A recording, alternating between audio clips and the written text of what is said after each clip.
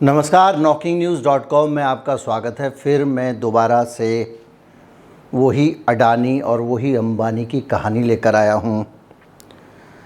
कहानी में पात्र वही होते हैं, वही अडानी, वही अंबानी, वही देश के प्रधान सेवक जी और वही देश की सरकार, लेकिन कहानी पूरी बदल जाती है। जैसे बचपन में आप मोटू पतलू सीरीज पढ़ते होंगे, राजन इकबाल सीरीज पढ़ते होंगे, कई सारे कैरेक्टर नए नए आते हैं, चले जाते हैं, लेकिन मुख्य पात्र वही रहते हैं। तो इस देश की जो कहानी चल रही है, प्रेम कहानी, इसमें ये कैरेक्टर वही के वही रहते हैं और हर कैरेक्टर की एक फितरत होती है। हर कहानी में इन कैरेक्टर्स की फितरत भी वही है। किस्से नए नए सामने आते हैं। मेरा देश लुट रहा है, चुप भी रहूं तो कैसे रहूं। मेरे चैनल को अगर आप सपोर्ट करना चाहते हैं तो एक UPI ID डिस्क्रिप्शन में मिलेगा, उसके ज़रिए भुगतान कर सकते हैं। एक QR कोड भी दिखेगा, उसके ज़रिए भी आप भुगतान कर सकते हैं। बस थोड़ा इंतज़ार कीजिए, उसके बाद शुरू करते हैं अडानी अंबानी की कहानी।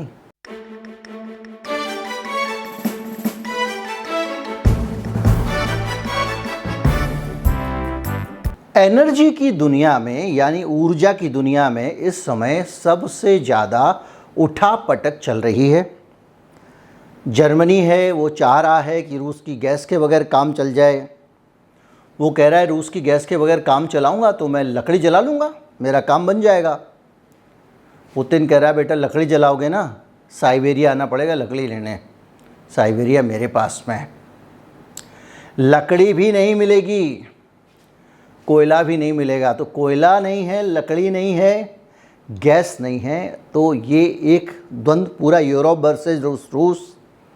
और ज़बरदस्त प्रतिबंध लगाने के बावजूद तेल के इंपोर्ट पे प्रतिबंध नहीं लगा पा रहा है।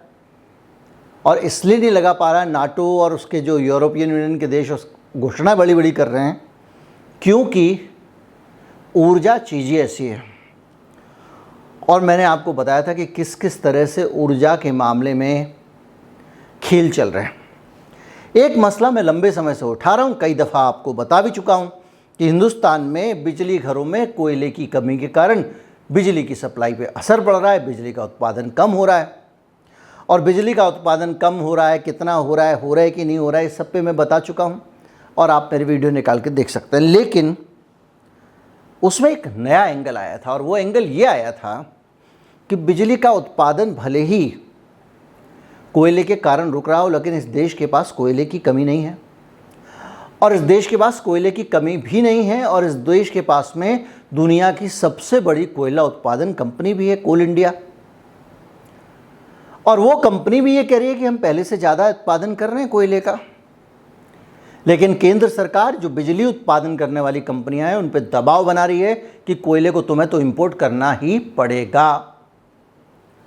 और बाद में होता यह है कि कोल इंडिया को खुद कहा जाता है कि तुम कोयला इंपोर्ट करो, NTPC को कहा जाता है तुम कोयला इंपोर्ट करो।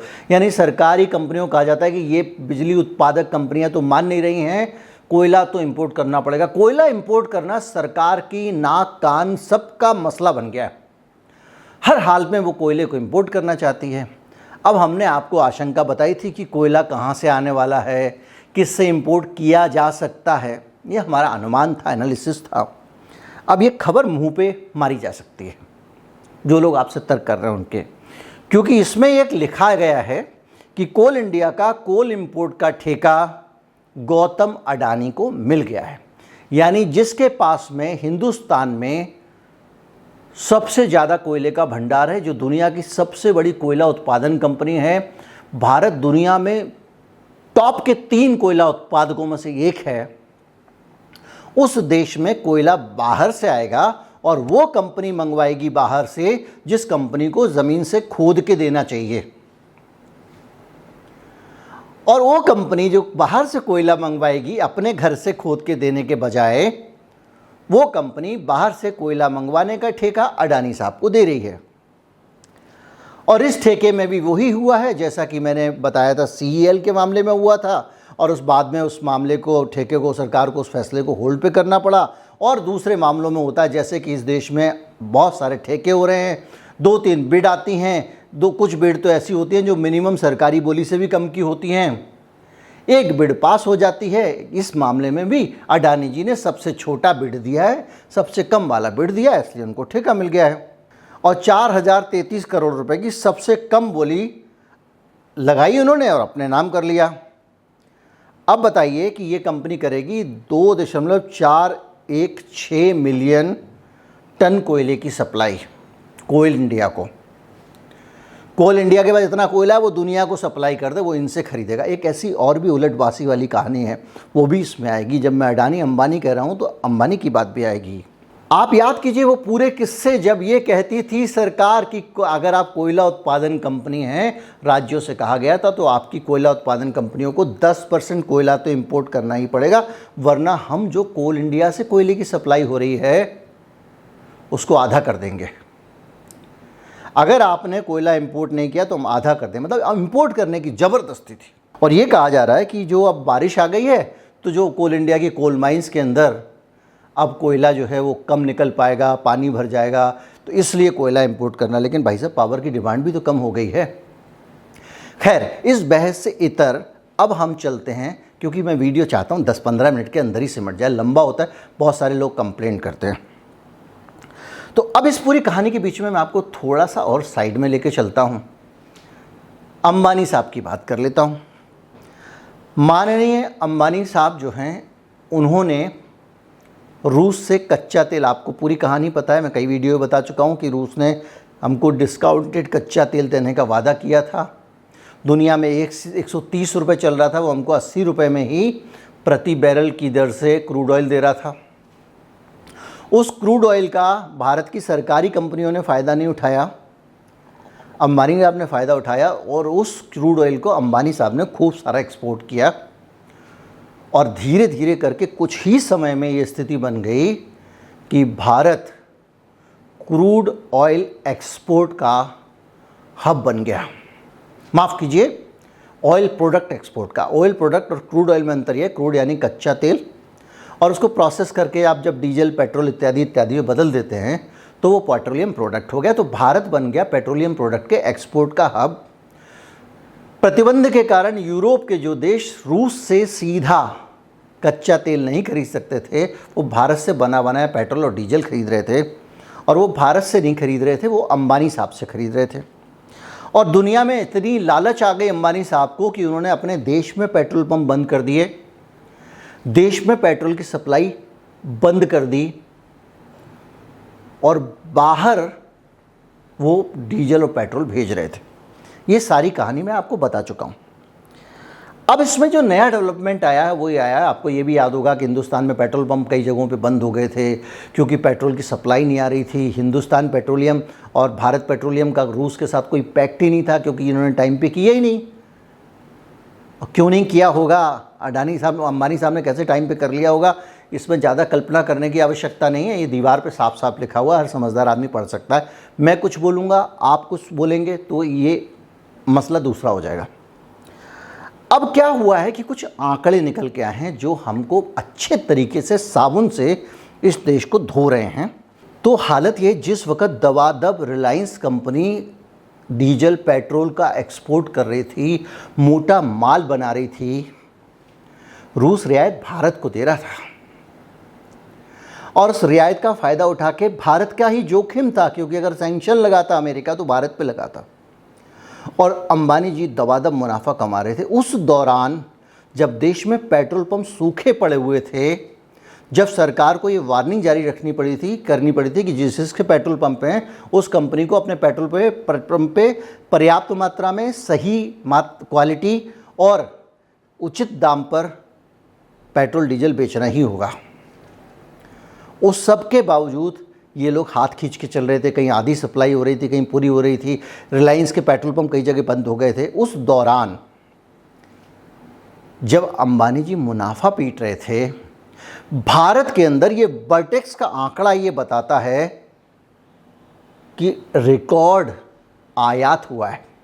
किसका? कच्चे तेल का नहीं, कच्चे तेल का तो हुआ ही, क्योंकि अंबानी साहब को उसका पक्का तेल बनाना था, एक तरह से समझ लें। लेकिन भारत में पेट्रोल और डीजल यानी तैयार तेल का, रिफाइंड तेल का, या कहें कि जो प्रोडक्ट थे पेट्रोलियम, उनको इंपोर्ट किया। डीजल और पेट्रोल को इंपोर्ट किया गया।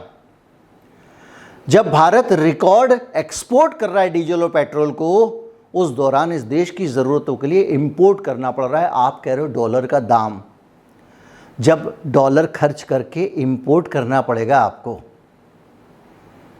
तो आपका रुपए का दाम गिरेगा कि नहीं गिरेगा? आपके रुपए को कोई पूछेगा कैसे? डॉलर की डिमांड बढ़ेगी कि नहीं बढ़ेगी? क्योंकि इंपोर्ट करने के लिए तो डॉलर चाहिए ना। और ये जो रिकॉर्ड है 37,000 बैरल, बटेक्सा का ये आंकड़ा है, 37,000 बैरल इंपोर्ट करने की अनुमति दी गई है। क्या चीज़? पेट्रोल। इसके अलावा 6900 बैरल जो रिकॉर्ड है फरवरी 20 के बाद सबसे ज़्यादा, डीजल भी भारत में इंपोर्ट किया गया। ये आंकड़े बताते हैं कि इस देश पे खेल क्या चल रहा है। क्या ये भारत की जो कंपनियां हैं, इनका कमिटमेंट सिर्फ माल कूटने के लिए है? भारत में ये रिफाइनरी चला रही हैं, ये सिर्फ अपने लिए चला रही हैं? लोग तो पूंजीवाद को बड़ा बताते हैं। देश कहाँ तरक्की कर रहा है? रिलायंस तरक्की कर रहा है, तो उससे देश की तरक्की कैसे हुई? भाई रिलायंस ने तरक्की की, देश का मुनाफा कहाँ हुआ? लोग कह रहे हैं भारत ने सस्ता क्रूड ऑयल लिया। कहाँ लिया भाई? वो तो अंबानी ने लिया, उसका तो देलेवर का फ़ायदा नहीं हुआ। और अब उस ऑयल को वो दनादन एक्सपोर्ट करके माल बना रहा है। अब सरकार ने उस पर थोड़ा सा टैक्स लगा दिया है, ये बताने के लिए कि भाई चलो ठीक है, कुछ लगाम लगे कम से कम, क्योंकि ये देश के अंदर सप्लाई नहीं कर रहे हैं, ये बाहर भेजे जा रहे हैं। और सरकार, आप सोचिए सरकार का क्या कंट्रोल है? कोई कंट्रोल नहीं इनके ऊपर। एक टैक्स लगा दिया है, वो टैक्स किस पे पड़ेगा? जो इंपोर्ट कर रहा है उसको थोड़ा महंगा खरीदना पड़ेगा। कुछ समय के लिए गिरावट आ जाएगी, फिर धंधा वैसे ही चलता रहेगा, सरकार के पास पैसे आ जाएंगे, लेकिन देश को पेट्रोल नहीं मिलेगा। देश पेट्रोल इंपोर्ट कर रहा है। जब अंबानी पेट्रोल एक्सपोर्ट कर रहा है, भारत की ज़रूरत के लिए पेट्रोल हमको इंपोर्ट करना पड़ रहा है। अंबानी जो पेट्रोल एक्सपोर्ट कर रहा है वो उस कच्चे ऑयल से कर रहा है जो भारत को सस्ते में दिया गया है, लेकिन उस सस्ते तेल का लाभ भारत के लोगों को नहीं मिल रहा है, अंबानी को मिल रहा है। अब आप कल्पना कीजिए, उस बीच में सरकार, अजीब सी चीज़ें हो रही हैं। अब एक नया काम करना शुरू कर दिया, जो सोना आ रहा था। भैया दुनिया के सारे देश सोना इकट्ठा कर रहे हैं ताकि आने वाला समय में जिस तरह से मंदी आ सकती है, जिस तरह से अमेरिकन फेड ने जो है वो बढ़ा दिए हैं, क्या बढ़ा दिया है, उनके यहाँ ब्याज दरें बढ़ा दी हैं, जिस तरह भारत में भी ब्याज दरें बढ़ गई हैं, जिस तरह से मंदी की आशंका दिख रही है, आपका शेयर मार्केट नीचे जा सकता है, जिन हालात में आपका जीडीपी भी गिरने का डर है, पूरी इकोनॉमी गिरने का डर है, स्टैगफ्लेशन की बातें हो रही हैं, ऐसे माहौल में इस देश में अगर ज़्यादा से ज़्यादा गोल्ड हो तो सरकार को क्या एतराज़ है? अब सरकार ने उस पर टैक्स बढ़ा दिया। अब उसके इंपोर्ट पर टैक्स बढ़ाने का मतलब ये है कि सोना अब स्मगलिंग के लिए जरिए आएगा, क्योंकि अब सोने की डिमांड बढ़ने वाली है। जब मंदी होगी देश में तो सोने की डिमांड बढ़ेगी। लोग सोने को स्टेबलाइजर समझते हैं, उनको लगता है कि ये ज़्यादा फ्लक्चुएट नहीं करता, इस वक्त हालत ख़राब है मार्केट का, तो मैं सोने में पैसा लगा दूं। हालांकि सोने का भी दाम थोड़ा गिरता है, इसमें कोई शक नहीं। तो आपने उसके इंपोर्ट को डिस्करेज कर दिया, और अब वो आएगा भारत में ज़रूर, लेकिन नंबर 2 में आएगा स्मगलिंग होकर। कैसे? जैसे कि बिहार में दारू बिकती है। अब आप सोचिए कि किन लोगों को इस नीति से फ़ायदा होने वाला है। क्या मकसद ऐसी नीतियां बनाने के पीछे? अगर आप कुछ तस्वीरें नहीं देख रहे हैं तो वो मेरे इन वीडियोस के ज़रिए आपको दिखाई दे जाएंगे। आज के वीडियो को अगर समराइज़ करें तो सीधी सी बात यह है कि इस देश में जो पेट्रोल है वो भारत को नहीं मिल रहा है, भारत को विदेशों से मंगवाना पड़ रहा है, और अंबानी साहब जितना डीजल पेट्रोल बना रहे हैं उसको बाहर भेज रहे हैं, और देश में किल्लत है, पेट्रोल पंप बंद है तो विदेशों से आ रहा है। रिकॉर्ड टूट रहे हैं। जब हमारे देश में पेट्रोल डीजल बनता है तो बाहर से मंगाने की ज़रूरत क्यों पड़ रही है? क्या इससे विदेशी मुद्रा नहीं जाती है? क्या इससे दूसरे नुकसान नहीं होते हैं? क्या डॉलर का मूल्य नहीं बढ़ता है? और दूसरी बात यह कि अडानी साहब को ठेका दे दिया गया कोयले की खुदाई का, और उस कंपनी ने दिया है जिसके पास इतना कोयला है कि सब लोग खोद के ले जाएं। और ये हम आपको पहले ही सारी कहानियाँ बता चुके थे, जो हुआ उसी डायरेक्शन में जा रहा है। उम्मीद करता हूँ वीडियो अच्छा लगा होगा। अच्छा लगा हो तो ज़्यादा से ज़्यादा लोगों तक पहुँचाएं। चैनल को सब्सक्राइब कर लें। नमस्कार, जय हिंद।